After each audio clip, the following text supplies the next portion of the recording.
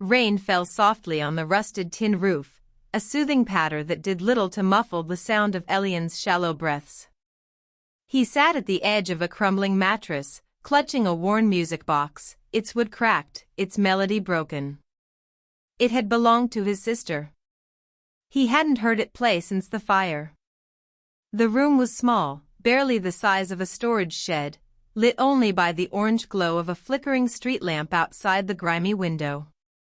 The wallpaper peeled in long, curling strips like forgotten memories. On the nightstand, a single photograph remained, a girl with dark curls and bright eyes, her arm looped lovingly through his. She had vanished 3 years ago. Gone, without a trace. Some said she'd run away. Others whispered darker things, that the house they lived in was cursed, that the forest behind their village whispered to children and stole them away. Elian didn't believe in curses. Not then. Now he wasn't so sure. He set the music box down with reverence and pulled his threadbare hoodie tighter around his shoulders. The heat had been cut again. No electricity meant no work for his mother tonight, and no dinner either. He hadn't seen her since yesterday, and she hadn't left a note. But that wasn't unusual. People like them didn't leave notes, they left behind silence, and silence was enough. A soft knock rattled the warped wooden door. He flinched. Who would knock at this hour? He crept forward, his bare feet pressing against the cold, cracked floorboards. He paused, then opened the door just a crack. Finally, hissed a voice. You're slower than ever. It was Mina.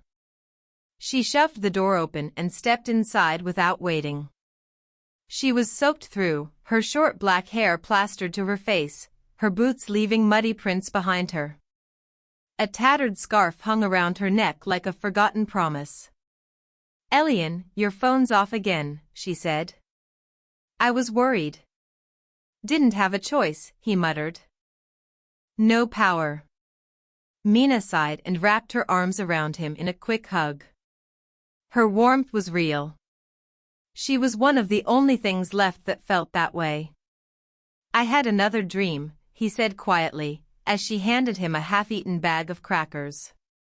About her. Mina's expression softened. Your sister? Elian nodded. She was calling to me. Not with words. More like singing. Like she was just out of reach. Mina didn't laugh. She never did. That's why he trusted her. Others would call it grief or madness. Mina listened. Do you remember when the forest behind the old well caught fire? She asked suddenly. Elian blinked. Last summer? She nodded. I was there. The firemen said it started from lightning, but there was no storm. Just smoke and this humming sound. Like someone was singing from the trees. He stared at her. I think something's happening again, she whispered. Not just dreams. People are hearing things. He wanted to say it was nonsense. That this was just another weird story born from grief and long nights. But lately, the world had started to feel thinner. Like it could tear open at any moment. Last week, he'd seen a shadow move against the wall, but there was nothing there. And sometimes, just before sleep claimed him, he'd hear whispers too faint to understand. Whispers that seemed to be calling him by name. Elian, Mina said, eyes locked on his, do you remember the story your grandmother used to tell? About the place between sleep and waking? He shook his head. She said that if you ever hear a voice calling you in your dreams, and it sounds like someone you love, you must not follow it. Because it's not really them. It's something else. He frowned. Something else? They call it the echo. It mimics voices to lure people away. It waits in the dream world. Elara never, he began, but stopped. She had sung to him in his dreams. Not just once. And lately, the dreams felt more real than waking life. Something buzzed behind his eyes, a coldness that prickled up his spine. Mina glanced toward the window. Come with me tomorrow. There's someone in the village who knows about this stuff. She lives past the old bridge, near the marsh. They call her Lola Iska. She was a dreamwalker once. He almost laughed. Dreamwalker? What was this, a folk tale? But then the music box began to play. Elian turned to it slowly. Neither of them had touched it. Dust still clung to its lid. And yet, a haunting melody began to ring out, broken but familiar. It was his sister's lullaby. Mina's eyes widened. Elian, did you fix it? He shook his head. His hands were trembling. The melody twisted slightly, a discordant note slipping in like a crack in glass. Then another. Elian. The voice came not from the box, but from the hallway just beyond the door. Both of them froze. Elian, it whispered again. Softer this time. Female. Familiar. Ilara, he said, barely breathing. He stepped toward the hallway, past Mina's reaching hand. The shadows beyond the door were thick. Thicker than they should be. And yet, within them, he could see the shape of a girl. Dark curls. Pale face. She was smiling. Ilara, is it really you? She lifted one hand and beckoned. Elian, no. Mina's voice snapped like a whip, yanking him from his trance. He blinked. The hallway was empty. No girl. No shadow. Just silence, and the fading strains of the broken music box. He staggered back, heart pounding. Mina caught him by the arm. I saw her, he gasped. She was right there. I believe you, she said. But that wasn't your sister. Outside, thunder rolled low across the sky. The street lamp flickered and went out. Then, from the hallway again, a different sound. Footsteps.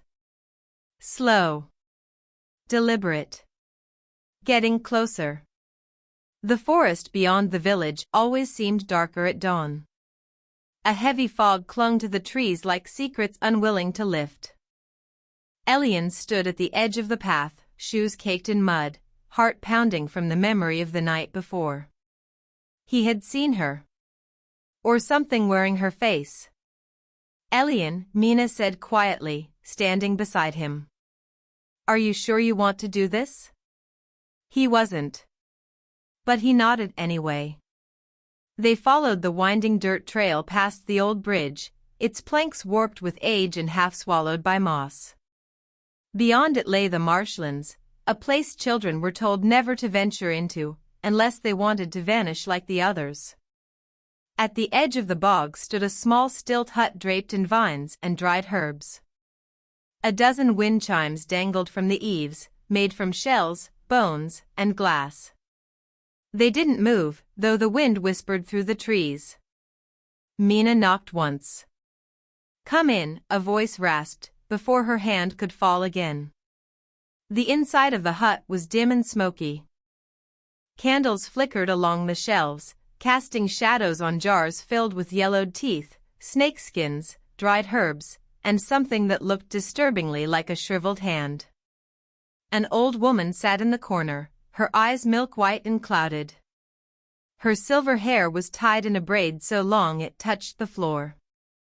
But her voice carried strength. You've seen the false ones, she said, eyes trained on Elian despite her blindness. And you carry the scent of a cursed bloodline. Elian froze. Mina touched his arm gently. This is Lola Iska, she whispered. She knows things. About the Dreamworld. About the echo. Lola Iska nodded. But this is more than just the echo now. She leaned forward, lifting a small, rusted tin from a nearby shelf. She pried it open to reveal a shimmering object nestled inside, a small, iridescent mutia. It glowed with a faint teal light, like moonlight on still water. Elian stepped back. "What is that?" "Your family's inheritance," she said grimly. Though most of them were too afraid to claim it. "My family was never special," he muttered. "We're poor. Forgotten." The old woman laughed, a low, gravelly sound. "Forgotten, yes. But not ordinary. Your Lola's blood was thick with the old magic. She once stood guard at the Dream Gate, before she fell in love with a man who did not believe in such things. She passed her burden to your mother, who denied it. And now it rests on you." Elian's head swam. "Dreamgate? This can't be real." "But it is," Lola Iska said. "And it is waking up. Just as the aswangs are stirring." The word made the air grow colder. "I thought they were just legends," Mina whispered. "Not legends. Warnings," the old woman replied. "There are many kinds. Some with wings and long tongues, others with shifting faces. And when the veil between dreams and waking grows thin, they feed." Elian's mouth was dry. "And my sister? Ilara?" Lola Iska's expression darkened. "She was marked. Same as you. Taken by the echo to weaken the gate. But something protected her. Something ancient. I've felt it moving again." Elian's hands clenched. "Then she might still be alive?" The old woman nodded once. "In part. But if you go after her, you must understand, the dream world is not a place of logic. It shifts with memory and desire. You'll need protection." She held out the mutia. Elian hesitated. The object shimmered like a captured soul. The moment his fingers brushed it, warmth bloomed across his palm. Then pain. Visions flooded his mind, his mother crying alone in the dark, a younger version of his grandmother whispering prayers in a forgotten tongue, and a pair of glowing red eyes watching from the trees. He dropped it with a gasp. "It burns." "It recognizes you," Lola Iska said. "But it demands more than blood. It demands choice." He backed away. "I didn't ask for any of this. I'm not a hero." "No," she agreed. "But you are chosen. And that's often worse." They left the hut not long after, the mutia now resting in a pouch around Elian's neck. He hadn't wanted it, but leaving it behind had felt even more dangerous. They walked in silence until the trees thinned and the village came into view. Smoke rose from one of the rooftops. A siren wailed faintly in the distance. "Fire?" Mina said. Then her phone buzzed. She checked it and froze. "Elian. It's your house." He didn't wait for her to say more. He ran. By the time he reached the street, smoke filled the sky. Neighbors stood gathered, murmuring. The front window of his house had shattered outward. The inside looked charred, twisted by flame, but oddly, only a single room had burned, his. "Elian," a familiar voice called. He turned. His mother stumbled toward him, her face streaked with soot, eyes wide with fear. "It came looking for you," she whispered. Something with wings." Elian's breath caught. "What?" She grabbed his shoulders. "It wasn't human. It smelled of rot. It knew your name." Then she collapsed into his arms. Later, after the firefighters left and the neighbors drifted home, Elian sat with Mina in the shadow of what had once been his room. "The aswang found me," he said softly. "And it's not going to stop." Mina looked at him, face pale. "What are you going to do?" He pulled the mutya from beneath his shirt. It glowed softly in the dark. "I think I have to go back to the place I saw in my dreams. If there's a way to save Alara, it's there." Mina nodded slowly. "Then I'm coming with you." Before he could respond, something rustled across the street. They turned. Perched on the roof of a nearby shed was a figure, tall, gaunt, its limbs too long, its mouth filled with sharp, glistening teeth. Glowing red eyes locked onto Elian's. Its tongue, thin and black like an eel, slithered from between its lips. Then, in a voice like broken glass, it whispered, "Dreamwalker, I see you," and vanished into the night. The smoke from the fire still clung to Elian's clothes. He sat alone on the edge of the riverbank behind the village, the mutya warm against his chest, pulsing softly like a second heartbeat.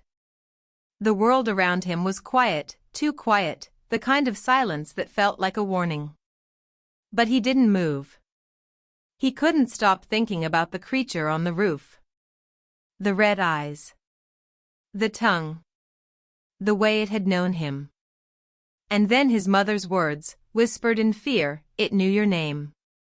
He pulled his knees closer to his chest and stared at the water. "Ilara," he murmured. "Why did you leave me?" No answer.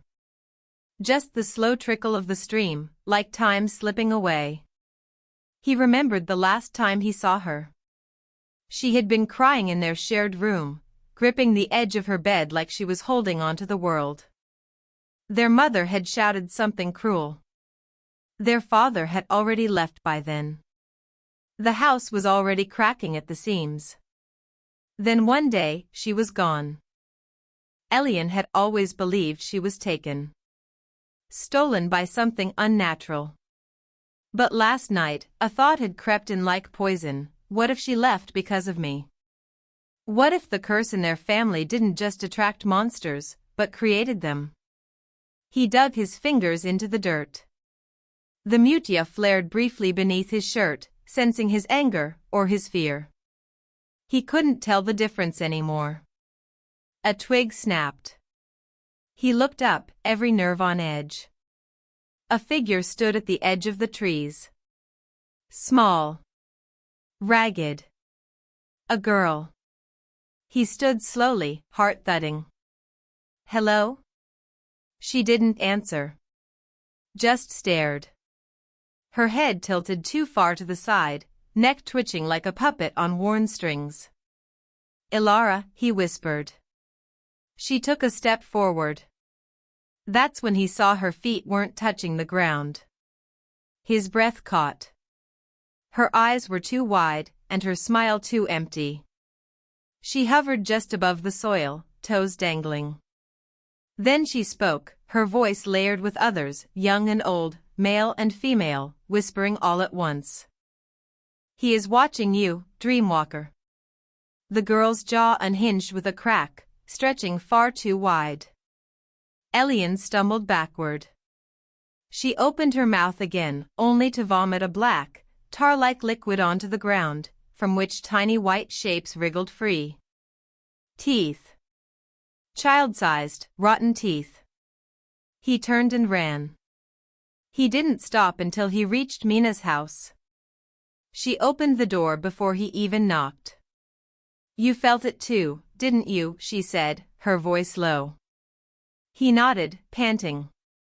"There's more of them now," she whispered. "They're getting closer."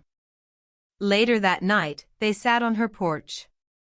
The world seemed quieter now, like it was holding its breath. "Elian," Mina said, "I have to tell you something." He looked at her.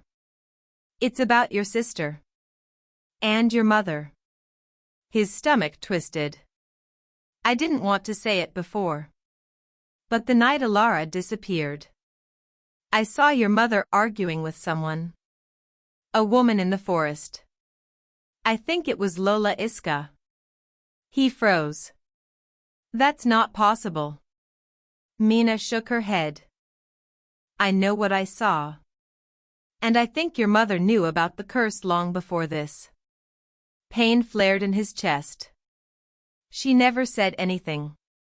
Never warned us. Maybe she thought silence would protect you. Or maybe she let Alara go, he whispered, the words bitter on his tongue. Mina reached for his hand, but he pulled away. Elian stood, the mutia burning hot against his skin. I need answers. From her. No more lies. He left before Mina could stop him. When he reached what was left of his home, he found his mother sitting on the back step, staring at the scorched remains of their garden. Her eyes were hollow. Elian, she said softly. Why didn't you tell me? She didn't answer. Why didn't you tell me about the curse? About Alara? About the monsters? Her shoulders trembled. Because I was trying to protect you. You let her go. No, she snapped, suddenly fierce. I tried to stop them. I begged them to take me instead. But they wanted her. And now they want you. His breath caught. You were marked before you were born, she whispered. The Dreamwalkers swore to protect the balance, but we broke the pact long ago. Now the aswangs are rising, and there's no one left to stop them. There's me, Elian said. She looked at him with something like sorrow and fear. You don't know what you're becoming, she said. The mutia will awaken more than just your gift. It will awaken your hunger. He stepped back, chilled to the bone. What hunger? But she didn't answer. That night, sleep didn't come easily. But when it did, it dragged Elian under like deep water. He found himself standing in a forest made of mirrors. Each tree reflected a version of him, some twisted, others broken. In one, he wore black eyes and sharp teeth. In another, he stood beside Alara, both of them cloaked in silver light. In a third, he was alone, covered in blood. A voice echoed around him. Every dream is a choice. Every reflection a future. Which one will you become?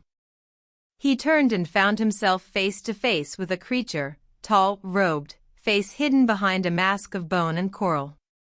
A shokoy, perhaps, or something older. It held out its hand. You carry the heart of the sea, it said. But your blood is tangled. You must choose what to keep and what to kill. Then the forest shattered.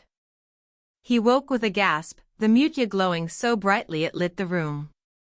Beside his bed, scratched into the wall, were the words, "You are not alone.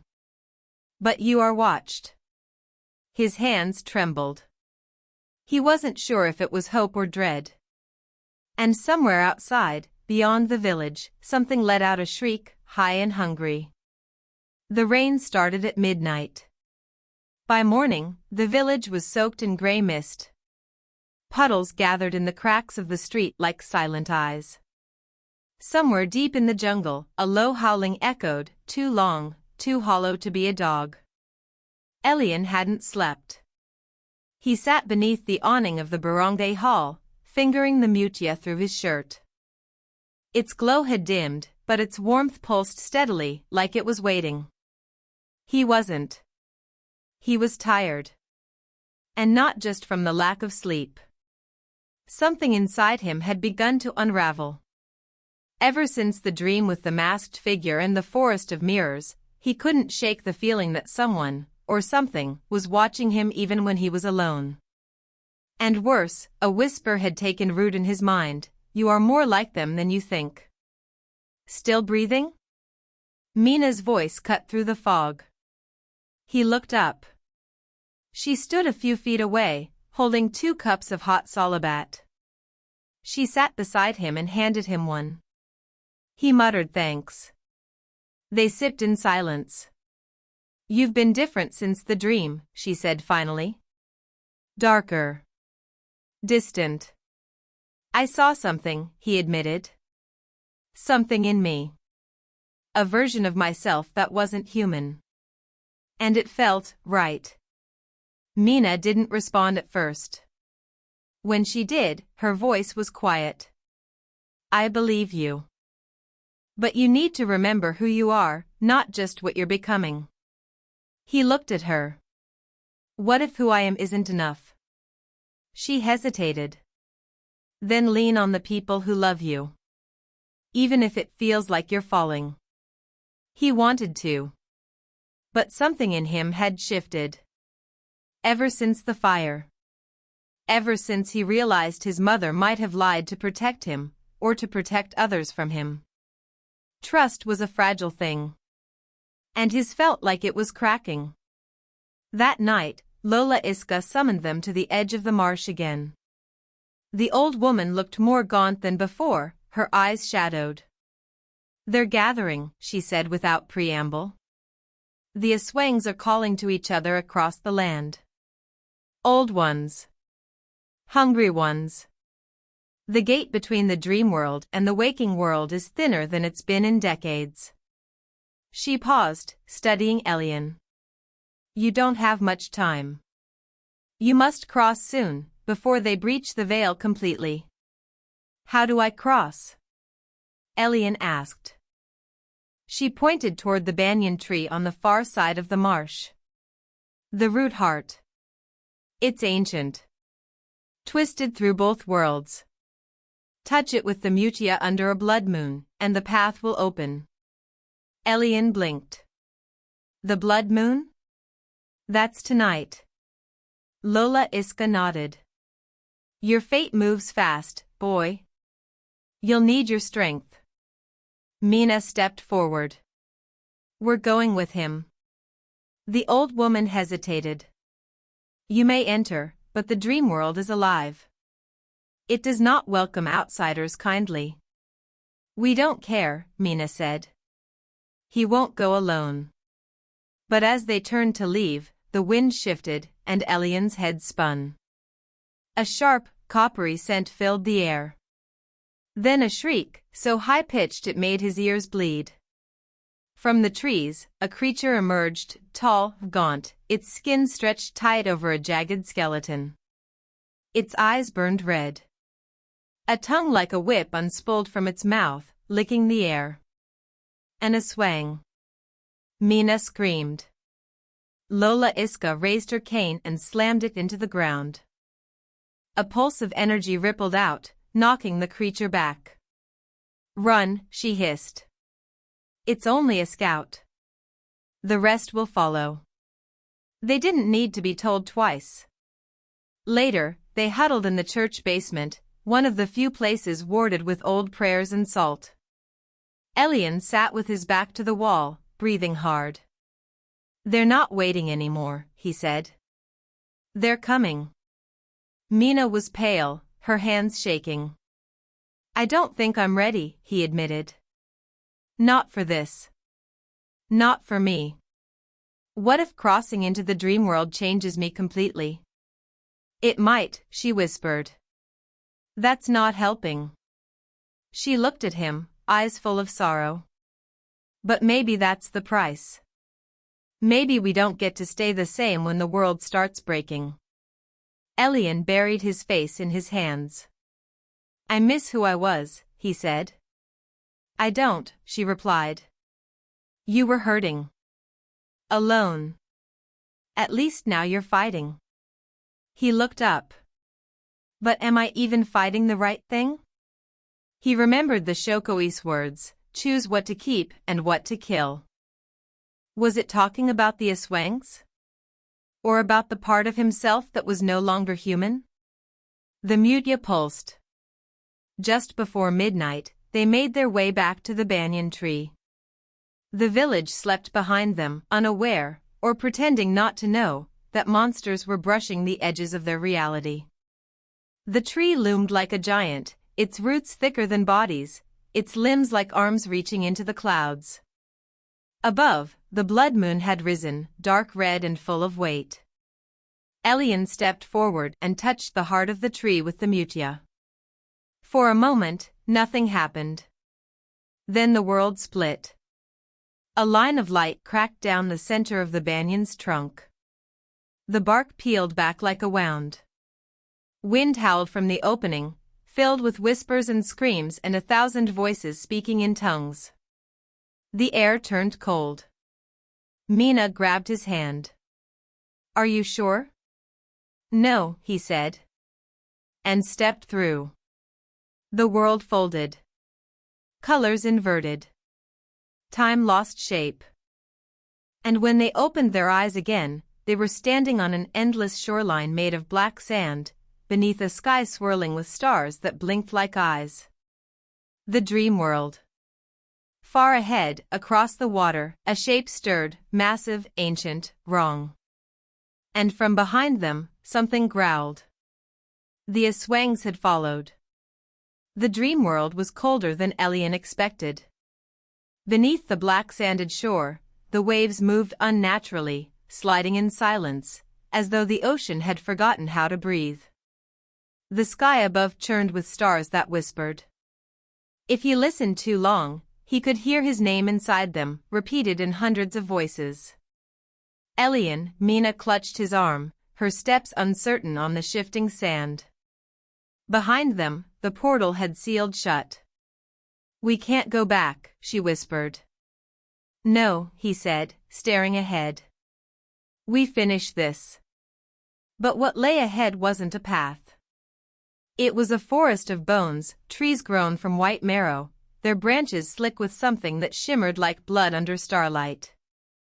And far beyond it, a red glow pulsed in the distance, steady, like a heartbeat. They walked. Hours blurred. Time twisted in this place. At one point, they saw a version of themselves pass by in reverse, mouths moving with no sound, eyes empty. Mina cried out. Elian held her tighter. Then the voice came. "You've come far, Dreamborn." They turned. A man stood at the edge of the bone forest, barefoot and cloaked in mist. His skin shimmered like polished stone, but his eyes, they were human. Familiar. "Elian," the man said, smiling. "You've grown."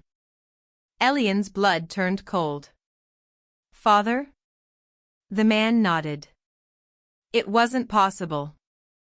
His father had disappeared years ago, left them, abandoned them after Alara vanished.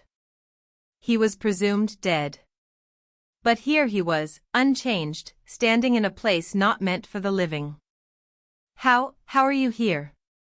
"I never left," his father said. "I've been waiting." Mina stepped in front of Elian, suspicious. "This is a trick." "No trick," the man said, lifting his hands. "Only truth. I came here chasing the same monsters you now face. And I learned, we are not meant to fight them." Elian's mouth went dry. "What are you saying?" His father stepped forward, voice gentle. "The aswangs are not the enemy. They are guardians of balance. It's the dreamwalkers who twisted things, your ancestors, our bloodline. They stole power from this place and cursed the world. You carry that theft inside you." Elian shook his head. "That's not true." "You felt it," his father said. "The hunger. The power. The way this world bends for you. That's not a gift. It's a burden you're meant to return." Mina drew her dagger. "Don't listen to him." Elian stared at the man he once called father. "Why are you telling me this?" "Because you still have a choice. Give the mutia to me. Surrender your link to the waking world. And I will ensure you survive the coming war." "That sounds like surrender." "It is peace." Elian looked down at the glowing stone around his neck. Everything inside him screamed. No, he said. His father's face darkened. Then you are already lost. Before Elian could react, his father vanished into smoke, and the forest exploded in motion. Creatures rose from beneath the sand, bone-white and hollow-eyed. Not aswangs, but something older. Twisted. Dream leeches. Mina slashed one as it leapt for them, but more followed. Elian drew on the mutia's power, letting it burn through his veins. With a shout, he sent a wave of light that knocked the leeches back. The forest trembled. Then the trees parted. And from the heart of the dream world, a new figure emerged. Cloaked in feathers, eyes like burning coals. Not a swang. Not human. Something else. You were never meant to awaken, it said, voice rippling like thunder. Mina gasped. What is that? Elian couldn't speak. The creature stepped forward. You are a keystone, Elian. The last dreamborn. Your blood holds the seal. And now, your awakening threatens to break what should have stayed buried. Elian's pulse pounded. What do you mean, seal? The creature pointed to the mutia. That is not merely protection. It is a lock. A cage for something far more dangerous than aswangs or spirits. Your family sealed it long ago, and now you're undoing it. Mina turned to him. Elian, he stepped back, trembling.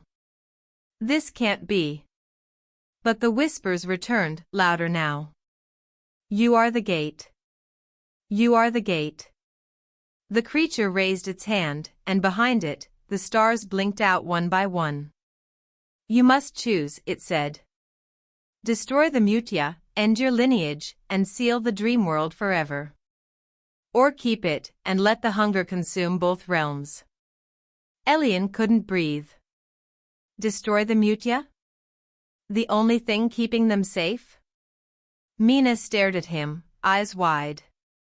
Elian, don't listen to it. He looked at her. And something inside him broke. I need to know the truth, he whispered. All of it. He turned and ran, into the forest, deeper into the dream world. He didn't stop until he reached the heart of it. There, under a sky of glass and flame, stood a familiar figure. Ilara. She was alive. Her skin was pale, her eyes silver, and something ancient shimmered around her like smoke. She smiled when she saw him. Elian, she said. You finally made it. He froze. Is it really you? Yes. But not the way you remember. She walked to him.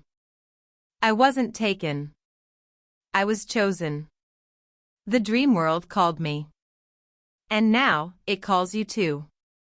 He stared, horrified. You became one of them. She nodded. Because I saw the truth. The aswangs aren't monsters. They're protectors. Guardians of balance. Our bloodline is the poison. He shook his head. You sound like him. Like father. They showed him too, she said. And now he serves the dream. Elian took a step back. Elian, she said softly. You can join us. Or fight a war that cannot be won. His hands trembled around the mutia. I don't know what's right anymore, he whispered. Ilara smiled. Then let the dream decide. The wind howled. The sky cracked. And something ancient began to awaken beneath the sand. The ground trembled.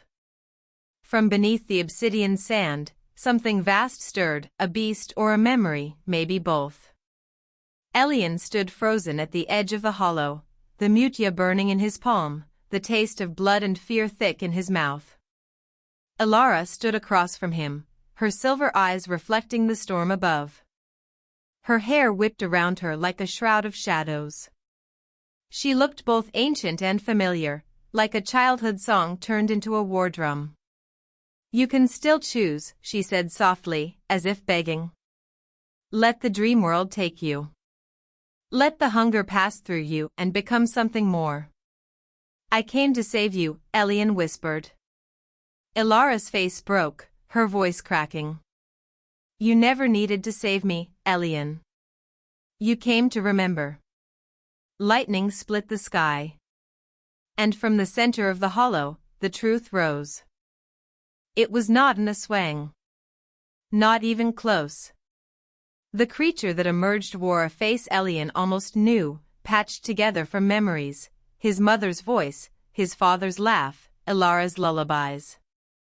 But it was a lie. A monster built from dreams and longing. The Managlural, the devourer of origins. It towered over them, part human, part storm. Its limbs shimmered with faces, echoes of those it had consumed. It pulsed with the voices of past dreamwalkers, trapped and twisted into obedience. This was what his family had sealed. This was what the Mutya had caged for generations. "Elian," Ilara said, stepping forward, "you are the key. Your death will break the chain, and the dream world will finally be free."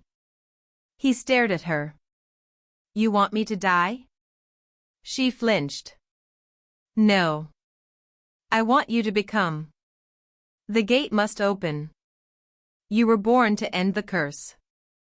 "No," another voice whispered from behind. "Mina." She was bruised and bleeding, one arm wrapped in bandages, but her eyes were sharp and bright. "You're not a key," she said. "You're a person. And people get to choose who they become." She reached for his hand, gripping it tight. "You promised we'd go home. Don't let them take that from us." Ilara's face twisted in pain. "You don't understand. He can't go back. He was never meant to." Elian looked between the two people he loved most. One asking him to surrender. The other begging him to fight. He stepped forward. The Managlural bent toward him, 1,000 mouths whispering, "We remember you. You are ours." And Elian understood. It had been feeding on his bloodline for centuries. Drawing strength from the Dreamborn. The curse wasn't that they sealed the dream world, the curse was that they shared it. Fed it. And now, it wanted to consume him too. "No," he said, lifting the Mutya. "You don't get to write my story." The Mutya flared, bright as lightning. The Managlural screamed. The ground split open. But the power turned inward, tearing through Elian's chest like fire. He fell to his knees, screaming, as memories flooded him, his mother's prayers, his father's disappearance, Ilara's smile the day she vanished. And then, deeper, something older. A memory not his own. A vision of the first Dreamborn. A woman in white, standing at the edge of the world, placing her own heart inside a stone to bind the nightmare. Her final whisper, "Let them dream in peace." That stone was the Mutya. And now Elian knew what he had to do.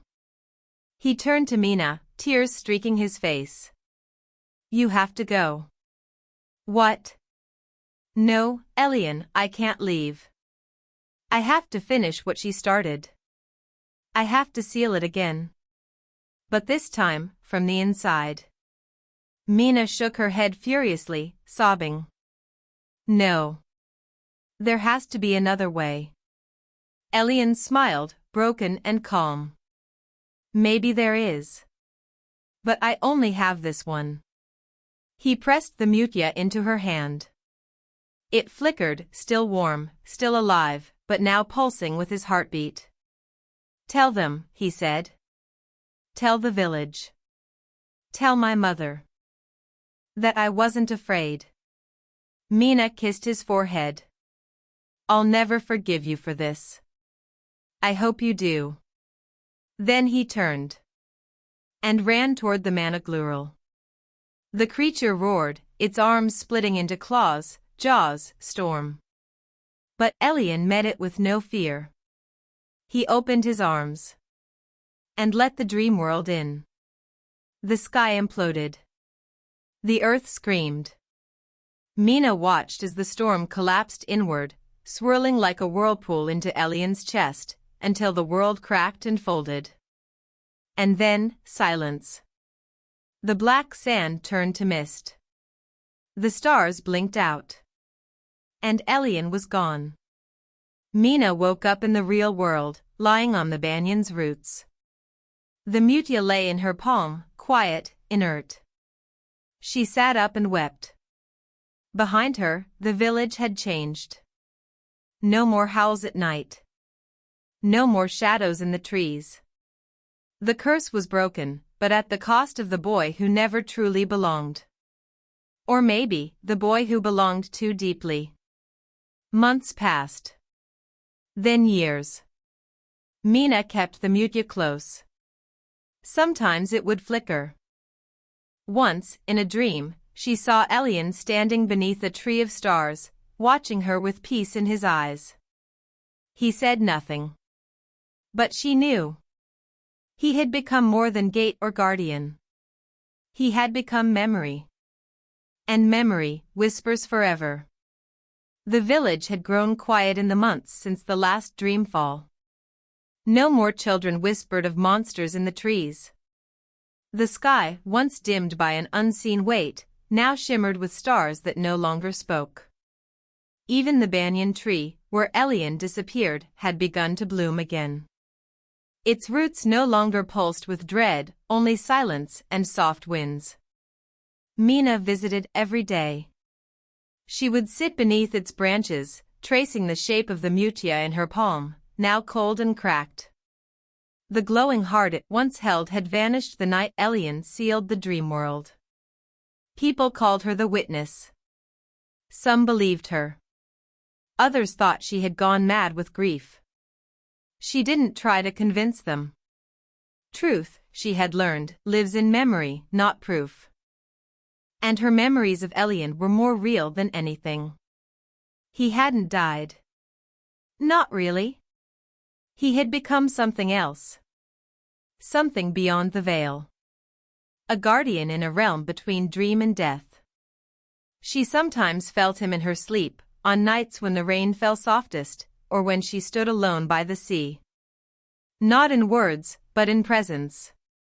In the way her fear no longer swallowed her. In how the wind always nudged her forward, not back. Still, there were questions. Questions only time could answer. One night, a boy from the village went missing. The forest trembled again. Old fears tried to awaken. But Mina rose from her cot and walked toward the woods, the mutia on a leather string around her neck. She found the boy standing at the edge of a dream rift, a shimmer in the air where the veil had thinned. His eyes were glazed, as if something had called to him. "Come back," she whispered. He didn't answer.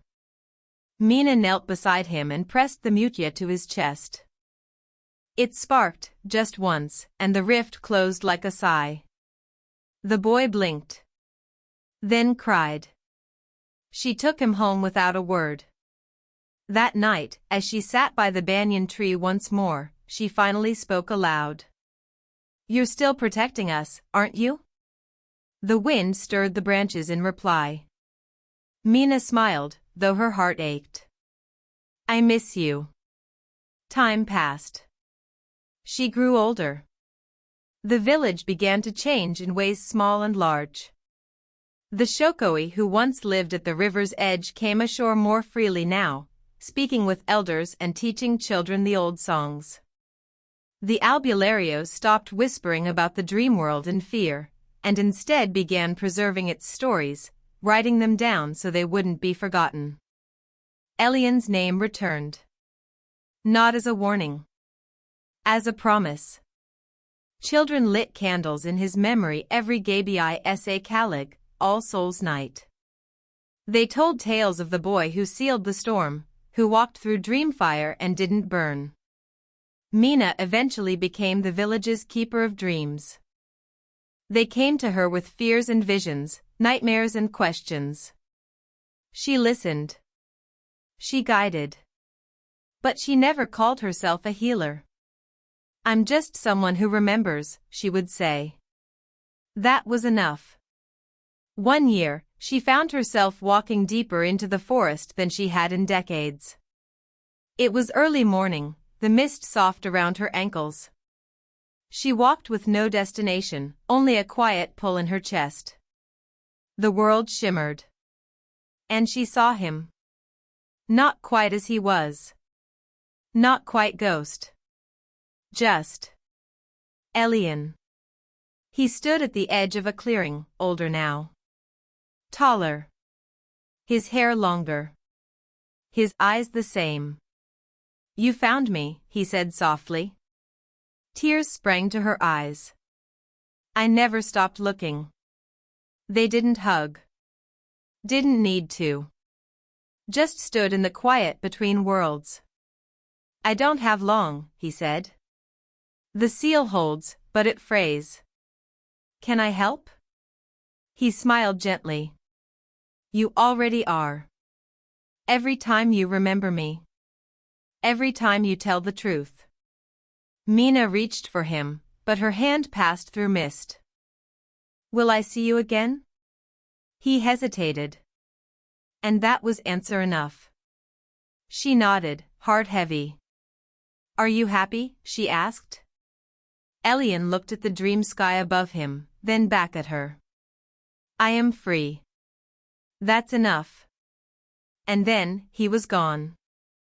Years later, when Mina lay on her deathbed, she clutched the mutya one last time.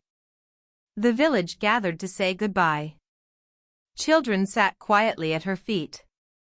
Elders lit herbs and sang old lullabies. Someone placed a dream blossom on her chest. And just before she took her final breath, she whispered, "Tell them, he kept his promise." The banyan tree still stands.